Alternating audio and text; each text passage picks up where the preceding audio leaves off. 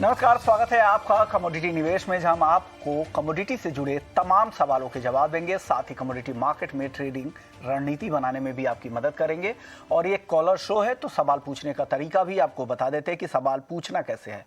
आप हमारे नंबर 9136934058 इस नंबर पर आप अपने सवाल पूछ सकते हैं और आपके भेजे गए सभी सवाल हम अगले आधे घंटे तक इस शो में शामिल करेंगे। और आज हमारे आपके सवालों के जवाब देने के लिए दो खास मेहमान भी हैं।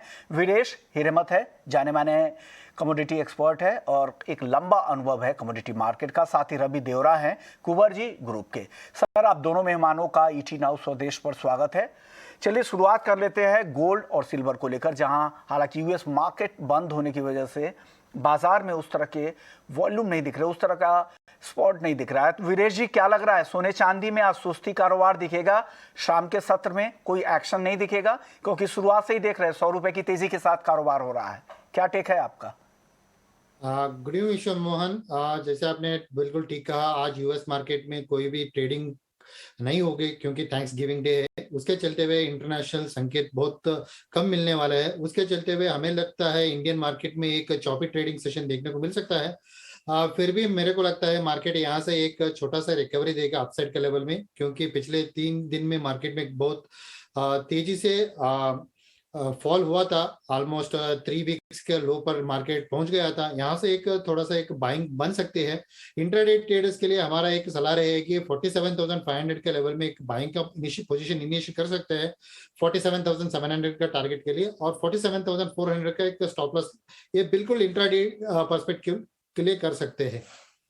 इंट्राडे के लिए ये कॉल वीरेश जी की तरफ से आ रही है। रवि, आप क्या करने की सलाह देंगे? सुस्त बाजार है, काफी रेंज में कारोबार हो रहा है, इस रेंज का कैसे फायदा उठाए, आपकी ट्रेडिंग रणनीति? डेफिनेटली जो सेंटिमेंट है वैसे आज इन कल दोनों दिन वैसे देखे तो यूएस हॉलीडे है, बट यस यूएस के फ्यूचर्स चल तो आई थिंक के मार्केट वहां पे सेंटिमेंट इम्पैक्ट उसका लेगा। एज वेल एज देखे तो सेकंड हाफ में कोई आज डेटा नहीं है, कल भी कोई मेजर यूएस के डेटा शेड्यूल नहीं है, तो मुझे लग रहा है एक चौपी सेशन 2 दिन का रहेगा। बट बाइंग डिप्स का स्ट्रेटेजी रखे, क्योंकि 97 के नीचे डॉलर इंडेक्स कंसोलिडेट कर रहा है, तो यहाँ पे मुझे नहीं लग रहा है कि कोई बड़ा उछाल अभी ये लेवल से डॉलर इंडेक्स में आना चाहिए। तो there would be a consolidation in dollar index, और इसका बेनिफिट शायद आपको गोल्ड में मिल सकता है। इतने करेक्शन के बाद एक शॉर्ट कवरिंग का सेशन हो सकता है। लेवल स्पेसिफिक 47,420 के करीब एक बार गोल्ड का दिसंबर कॉन्ट्रैक्ट में बाय करके चलना चाहिए। स्टॉप लॉस 47,300 का लगा है। अपर साइड मैं एक्सपेक्ट कर रहा हूँ कि इवनिंग सेशन या कल तक 47,800 तक के लेवल्स आपको देखने को मिल सकते हैं। ओके, तो ये व्यू है गोल्ड पर। चलिए अब बात कर लेते हैं सिल्वर ईटीएफ को लेकर। जिस तरह से सेबी ने कल जारी कर दिए हैं नए नॉर्म्स की, कैसे से पूरा गोल्ड सिल्वर का ईटीएफ कैसे ऑपरेट किया जाएगा। वीरेश जी, आपका लंबा अनुभव है कमोडिटी मार्केट में, सिल्वर को लेकर इस तरह के प्रोडक्ट की लंबे समय से इंडियन मार्केट में मांग थी। क्या लग रहा है, कितना रिस्पॉन्स इसको मिलेगा और क्या फायदे होंगे निवेशकों को जो चांदी में निवेश करना चाहते हैं? देखिए, सबसे चांदी से पहले जब ईटीएफ की बात की है तो हमें देखना पड़ेगा गोल्ड ईटीएफ। इंडियन मार्केट में एक अच्छा सा एक रिस्पांस मिला है। हालांकि इंडियन जो कस्टमर्स का पर्सपेक्टिव है या व्यू है ईटीएफ के लेकर, वर्ल्ड इन्वेस्टर्स के सामने बहुत कम है मार्केट में। इंडियन मार्केट में बहुत और भी ज्यादा दिन लगने वाला है मार्केट में एक रिस्पांस करने के लिए। आप फिर भी हमें लगता है कि रिटेल इन्वेस्टर्स के लिए, जिसको एक लॉन्ग टर्म बेसिस में इन्वेस्ट करना चाहिए, उन लोगों के लिए ईटीएफ एक बहुत बेहतरीन इन्वेस्टमेंट टूल मिलेगा। जैसे फ्यूचर्स में करना है तो हर जब भी वो एक्सपायरी आता है, एक्सपायरी में उनको रोल ओवर करना पड़ता है। रोल ओवर करते करते वो कॉस्ट भी बढ़ जाता है, एक डिफरेंस उनको सहना पड़ता है। इसके चलते हुए कहीं ना कहीं एक रिटेल इन्वेस्टर जिसको एक 3, 5 या लंबे समय के लिए इन्वेस्ट करना चाहते हैं, उन लोगों के लिए अच्छा है। हमें देखना पड़ेगा एक रिस्पॉन्स कैसा रहेगा, एक्सचेंजेस या जो भी प्रोडक्ट लेकर आएगा उनका एक मार्केटिंग स्ट्रेटेजी क्या रहेगा। मेरे तरफ से रिटेल इन्वेस्टर्स के लिए एक बहुत बेहतरीन प्रोडक्ट है। तो एक बेहतरीन प्रोडक्ट है सिल्वर ईटीएफ रिटेल निवेशकों के लिए जो चांदी में निवेश करना चाहते हैं। और रवि, आपका टेक क्या होगा सिल्वर ईटीएफ को लेकर? जिस तरह से तैयारी है पूरी तरह से, और जल्द अगले महीने से हो सकता है कि अब इसे धीरे धीरे लॉन्च की तैयारी की तरफ भी हम लोग जाएं, तो क्या लग रहा है, कैसा रिस्पॉन्स मिलेगा आने वाले समय में इसे? डेफिनेटली अच्छा रिस्पॉन्स मिलने के एक्सपेक्टेशंस है, क्योंकि वैसे देखे तो सिल्वर ट्रेडर हो या इन्वेस्टर हो सबके टॉप ऑफ माइंड रहता है। बट यस, इंडिया में सिल्वर के फिजिकल स्टोरेज के अलावा या मींस के इसके फ्यूचर्स के अलावा अभी तक कोई ऑप्शन नहीं था कि हम उसमें निवेश करें। बट इसके एक अच्छा ETF थ्रू बाय कर सकते हैं, एज वेल एज उसमें जो रिटर्न है वो कंपैरेटिव गोल्ड अच्छा रहता है। तो ऑलवेज वॉलेटाइल प्रोडक्ट जितनी ज्यादा रहती है इतना इंडियंस उसको अच्छा रिस्पॉन्स भी देते हैं। अभी तक की वो हिस्ट्री रही है।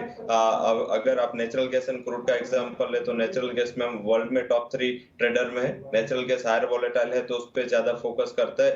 वैसे ही सिल्वर अभी कंपैरेटिव गोल्ड थोड़ा हायर वॉलेटाइल है, जिसमें रिस्क एंड रिटर्न दोनों ज्यादा है। तो आई थिंक प्रीफर होगा। एंड अभी तक कोई ऑप्शन नहीं था, इस हिसाब से कोई बड़े फंड मैनेजर्स हो या बड़े रिटेल इन्वेस्टर्स हो उसके लिए ऑप्शन अच्छा रहेगा। और आगे जाके एक हेज पोर्टफोलियो हेज भी रहेगा और एक अदर असेट क्लास की तरह भी हमें काफी अच्छा रिस्पॉन्स मिलेगा, ऐसे उम्मीद है। चलिए सवाल जवाब से अब शुरू कर देते हैं। हमारे साथ पहले कॉलर का सवाल भी आ गया है। पहले कॉलर का नाम है अभिषेक, हैं औरंगाबाद से। इनका सवाल है गोल्ड लेने के लिए क्या ये अच्छा भाव है? वीरेश, क्या लग रहा है, ये निवेशक है, ट्रेडर नहीं है, तो निवेश के एंगल से बताइए क्या ये सही समय है गोल्ड में एंट्री का 47,500 रुपया? जी बिल्कुल, बहुत बेहतरीन लेवल है, क्योंकि हमने पिछले कई दिनों में एक लगातार डाउनफॉल देखा हुआ है। हमें भी लगता है ये एक बाइंग का लेवल है। बाइंग पोजीशन बना सकते हैं। यहाँ पर भी अराउंड 47,400 या 47,500 का रेंज में बाइंग करा सकते हैं। आगे जाके एक और भी डिप मिलेगा तो वहां पर भी बाई कर सकता है। ओवरऑल मार्केट एक लॉन्ग टर्म के लिए बुलिश का व्यू बन रहा है। हमारा सलाह रहेगा इनको पोजीशन बना के करना चाहिए। ओके, यानी अगर आप इन्वेस्टर भी हैं या ट्रेडर भी हैं, सबके लिए खरीदारी के लिए अच्छा मौका है। इंट्राडे के लिए ट्रेडर है तो भी इन्होंने खरीदारी की सलाह दी है 47,700 के टारगेट के लिए, 47,400 का स्टॉप लॉस लगाने के लिए। अगर इन्वेस्टर भी है तो भी आपके लिए काफ़ी बढ़िया लेवल है। रवि, आप क्या सलाह देंगे इनको, अभिषेक को? डेफिनेटली अगर इन्वेस्टर है तो ये एक लास्ट एंड अच्छी अपॉर्चुनिटी है, क्योंकि यहाँ से जो ग्लोबल सेंट्रल बैंकर्स की जो पॉलिसी थी जिसमें लेस डविशनेस या हॉकिशनेस के एक्सपेक्टेशंस है वो सब अभी गोल्ड डिस्काउंट कर रहा है, क्योंकि बॉन्ड यील्ड फिर से 1.65 को अप्रोच कर चुके, तो इस हिसाब से एक प्रॉफिट बुकिंग हमें देखने को मिला। बट मुझे लग रहा है कि एक बाइंग अपॉर्चुनिटी है। जैसे आगे भी वीरेश ने बात की, मुझे लग रहा है कि गोल्ड में लेवल स्पेसिफिक ये लेवल एक अच्छा एक्यूमुलेशन का अप्रोच रखना चाहिए टिल 47,000 46,800 तक। आगे जाके मैं एक्सपेक्ट कर रहा हूँ कि अगर ये शॉर्ट टर्म ट्रेडर है या 3-4 ट्रेडिंग सेशन तक रुक सकते हैं। ये निवेशक है रवि, ये निवेशक है अभिषेक। हाँ हाँ, तो मीन्स के निवेशक को तो इतना भी ज्यादा टेंशन नहीं लेना है। 51,500 तक के लेवल्स आपको मीन्स के 4 से 5 महीने में देखने को मिल सकते हैं। मुझे लग रहा है कि पोस्ट फॉरवर्ड एक बड़ा उछाल उसमें पेंडिंग है, डेटा काफी है, तो अभी थोड़ा वोलेटाइल रहेगा। बट अगर 5-6 महीने का भी आपके पास टाइम है तो भी यहाँ निवेश करना चाहिए। मैं एक्सपेक्ट कर रहा हूँ कि 46,200 का जो अभी लो बना है स्पोर्ट में या डायरेक्टली एमसीएक्स में, वो अभी तक बॉटम बना चुका है और यहाँ से एक अपवर्ड ट्रेजेक्टरी में गोल्ड आ चुका है। ओके, चलिए अगले कॉलर का सवाल ले लेते हैं। राजवीर हैं, राजवीर जबलपुर से हैं, जिंक खरीदना चाह रहे हैं। जिंक का दिसंबर कॉन्ट्रैक्ट वीरेश जी 277 रुपए पे, 277.7। क्या करें, करेंट लेवल सही है खरीदने के लिए? विशु मोहन, हमें लगता है मार्केट में एक करेक्शन ड्यू है जिंक मार्केट में, क्योंकि ओवरऑल देखो तो फंडामेंटल बहुत स्ट्रांग है। ऐसा न्यूज आ रहा है कि कुछ कहीं ना कहीं माइनिंग एक्टिविटी बंद हो रहा है because of some water flow, some other reasons के लिए। उसके चलते हुए हमें लगता है मार्केट में एक ओवरऑल फंडामेंटल पॉजिटिव है, सप्लाई रिलेटेड कंस्टेंट है, उसके चलते हुए एक लॉन्ग टर्म के लिए मार्केट पॉजिटिव है। फिर भी हमें लगता है कि करेक्शन में बाय करना बेटर रहेगा। 277-75 का लेवल एक बेहतरीन लेवल है, वहां पे बाइंग का पोजीशन इनिशिएट करा सकते हैं।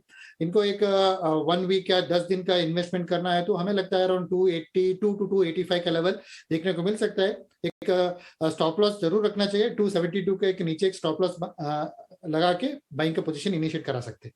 ओके, तो जिंक पे ये व्यू है, आप खरीद सकते हैं 278 के लिए, और जो स्टॉप लॉस यहाँ पर लगाना है 273 का। अगले कॉलर का सवाल है, राधा हैं, सतना से इन्होंने सवाल भेजा है ये जानना चाह रही हैं कि चांदी को किन स्तरों पर खरीदना चाहिए। रवि, क्या सलाह देंगे आप राधा जी को? अगर आपको चांदी की पर्सपेक्टिव से मुझे लग रहा है कि एक अच्छा ऑप्शन है, क्योंकि पोस्ट करेक्शन 66-67,000 से अभी प्राइसेस में एक अच्छा सिग्निफिकेंट करेक्शन आ चुका है। तो आई थिंक आप बाय कर सकते हैं। मुझे लग रहा है कि चांदी आगे जाके 67,000 तक के लेवल भी दिखा सकते हैं। बट ट्रेडिंग पर्सपेक्टिव से बात करें तो उसमें मुझे लग रहा है कि 62,500 एक अच्छा एंट्री लेवल हो सकता है, वहां पे एक बार बाय करके चले। स्टॉप लॉस आप 61,720 का लगाए, काफी हम सपोर्ट है। जब तक इसके नीचे सिल्वर क्लोज नहीं होता तब तक आप अपनी पोजीशन कैरी कर सकते हैं। मुझे लग रहा है कि 1 से 2 ट्रेडिंग सेशन के पर्सपेक्टिव से अपर साइड 63,800 तक के लेवल्स मिल सकते हैं। अगर आप निवेशक है या आप का जो नजरिया है वो 2 से 3 महीने का है, तो मुझे लग रहा है कि आपको 68,000 तक के लेवल पे अप्रोच हो सकते हैं। तो अगर शॉर्ट टर्म ट्रेडिंग के लिए बाय करना है तो 63,800 के टारगेट के लिए बाय करें। एंड अगर आप शॉर्ट टर्म के लिए रखना चाहते हो तो मुझे लग रहा है कि सिल्वर आउट परफॉर्म करेगा, बेस मेटल भी स्टेबल हो चुका है और 68,000 तक के लेवल के लिए आप होल्ड कर सकते हैं। चलिए गोल्ड पर वापस से बात कर लेते हैं। हमारे साथ यूटीजेड के चेयरमैन कुमार जैन साहब है। सर, स्वागत है आपका ईटी नाउ स्वदेश पर। सर, आज गुरु पुष्य नक्षत्र के मौके पर किस तरह की बाइंग हाजिर में दिख रही है और क्या लग रहा है कि इस तरह का बाइंग मोमेंटम आगे भी आपको दिखेगा? हाँ बिल्कुल, हम शुरुआत करें तो दशहरा से इस बार रिकॉर्ड ब्रेक करीबन गत दशहरा की कंपेयर में 2019 के दशहरा की कंपेयर करें तो इस बार रिकॉर्ड ब्रेक से करीबन 20% गत दशहरा से 2019 के दशहरा की 2020 में हमको कोरोना की वायरस की वजह से महामारी से कंप्लीट क्लोज था, लेकिन 2019 की कंपेयर करते हैं हम तो करीबन 20% सेल ज्यादा बिका था और टन में भी देखे तो करीबन 30 टन के आसपास सोना बिका था। फिर चलते चलते हम दूसरे फेस्टिव सीजन पे आए और धनतेरस की बात करें तो इस बार धनतेरस पर रिकॉर्ड ब्रेक पूरे हिंदुस्तान में 45 से लेकर 55 टन तक का गोल्ड बिका था। ये भी बहुत बड़ी बात थी और इसके कई भी कारण थे।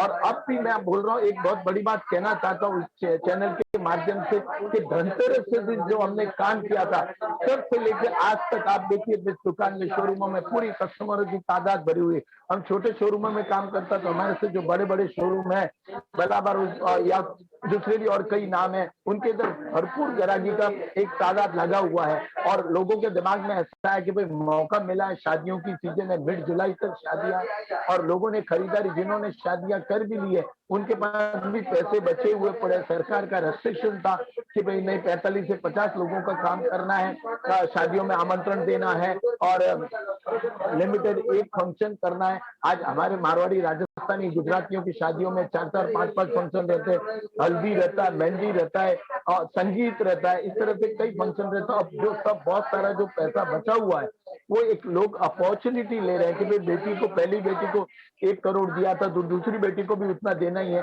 तो अब जो पैसा बच गया है उस पैसे को कन्वर्ट करके लोग सोने की खरीदारी कर रहे हैं और इसी तरह मौका ढूंढ रहे हैं कि भाई आज दशहरा आया, कल धनतेरस आई, परसों दिवाली आई और आज आने वाले समय में आज की बात करें तो एक बहुत बड़ा पुष्य नक्षत्र मानते हैं कि हिंदुस्तान में कई सदियों से ऐसे नक्षत्र आते हैं, तो एक बड़ा पुष्य नक्षत्र, तो ये देखते हुए लोग शादियों की खरीदारी में लगे हुए हैं। बहुत सारे लोगों के पास पैसे बचे हुए, लोग होटलों में जाते थे, लोग बड़ी बड़ी गाड़ियां, घर खरीदते थे। सब लोगों ने अपना रेस्ट्रिक्शन लाया और रेस्ट्रिक्शन के बाद लोगों के दिमाग में आया, कोरोना वायरस ने यही समझा है कि किसी तरह अगर बचना है तो ऑन द स्पॉट कैश पैसा चाहिए और जिसका सोल्यूशन एक ही है, वो है सोना। ओके सर, एक और सवाल कुमारजन साहब, अगर जो लेवल है अभी करंट लेवल है, इस भाव से क्या लग रहा है अगर कोई खरीदता है तो अगर उनका अगर निवेश का नजरिया है तो कितना फायदा होगा, कितनी तेजी की उम्मीद आप कर रहे हैं अगले 1 से 2 महीने में? मेरे ख्याल से सही समय है। सोना कोविड में 58,500 लोगों ने देखा था और उस समय लोग बहुत तेजी में थे, कोई 60 बोल रहा था, कोई 70 बोल रहा था, लेकिन 58,500 से घट के आज 49 और 48 के बीच में आया।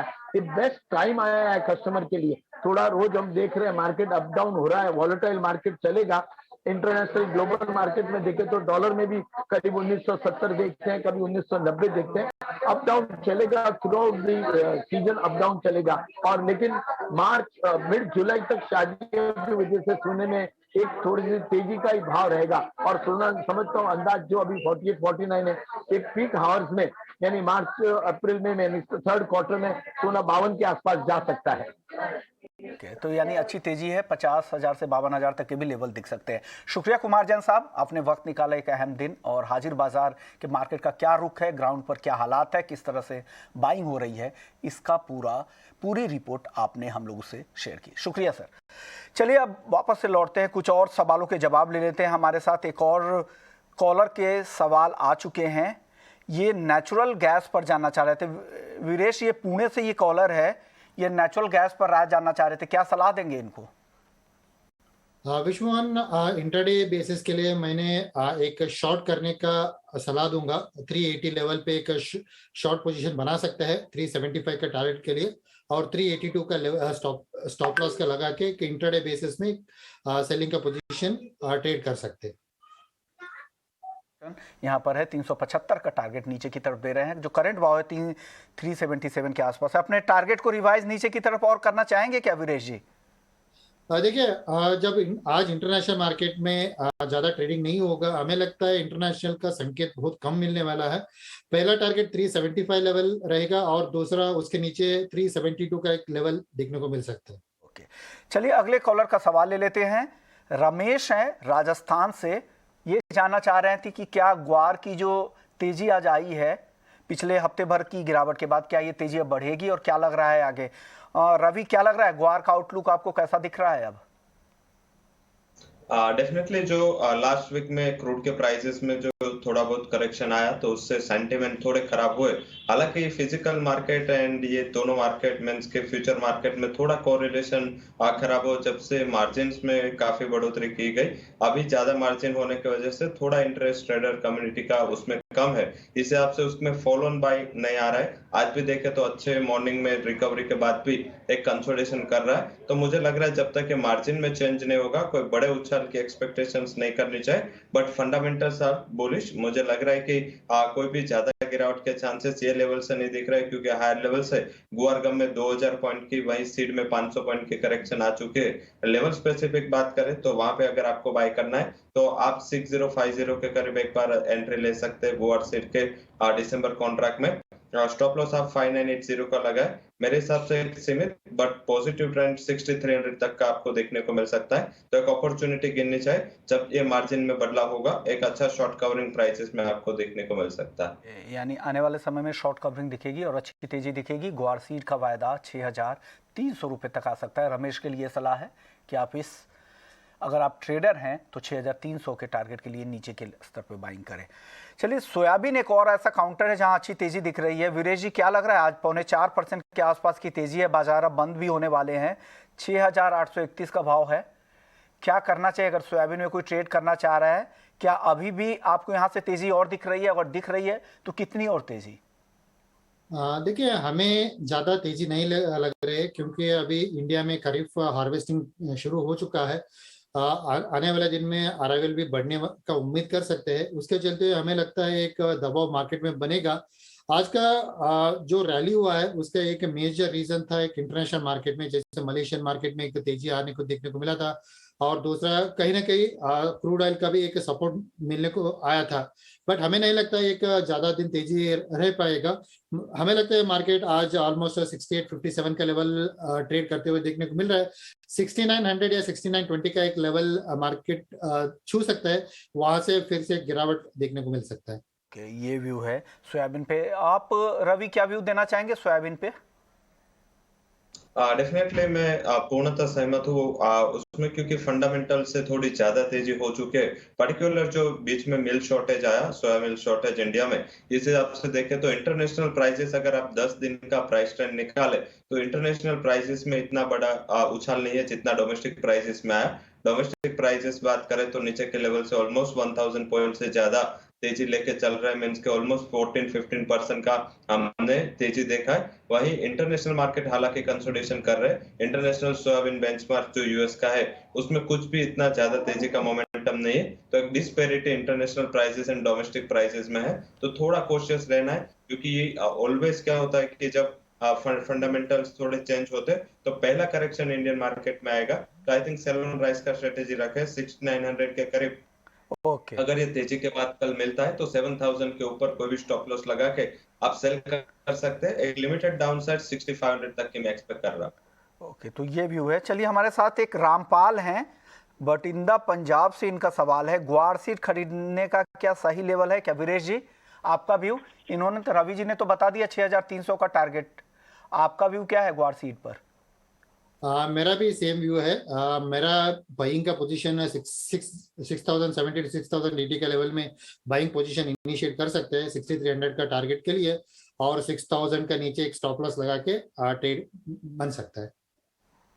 ओके, चलिए, हमारे साथ नीरव देसाई भी जुड़ गए हैं जो जीजीएन रिसर्च से हैं। सर, स्वागत है आपका ईटी नाउ स्वदेश पर। पिछली बार भी आपसे बात हुई थी और आपने सोयाबीन और पूरे तेल तिलहन मार्केट को लेकर अच्छा आउटलुक दिया था। क्या लग रहा है सोयाबीन में जिस तरह की तेजी है, क्या ये तेजी आपको कंटिन्यू होती दिख रही है नीरव? बेसिकली सिचुएशन ये है कि जैसे ही अराइवल थोड़ी सी स्लो हुई दिवाली बाद में, मैं बोलूँगा कि स्टॉकिस्ट एंड प्लांट्स की बाइंग थोड़ी एग्रेसिव होने लगी लो अराइवल देख के। और यहाँ लास्ट ईयर जो फार्मर्स ने अच्छे हाई प्राइसेस देखे थे, उसको देखते हुए थोड़ी फार्मर सेलिंग भी स्लो पड़ना चालू हुई, तो मार्केट ने एकदम से रैली ग्रिप अप करी है।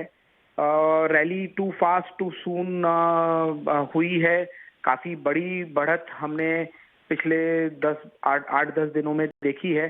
तो डेफिनेट है कि बहुत कॉशियस रेंज है, बहुत रिस्की रेंज है। बट अभी हाल ये सिचुएशन है कि मार्केट में बहुत ज़्यादा बेरिश या प्रेशराइजिंग सिनेरियो अभी तक कुछ नहीं बना है।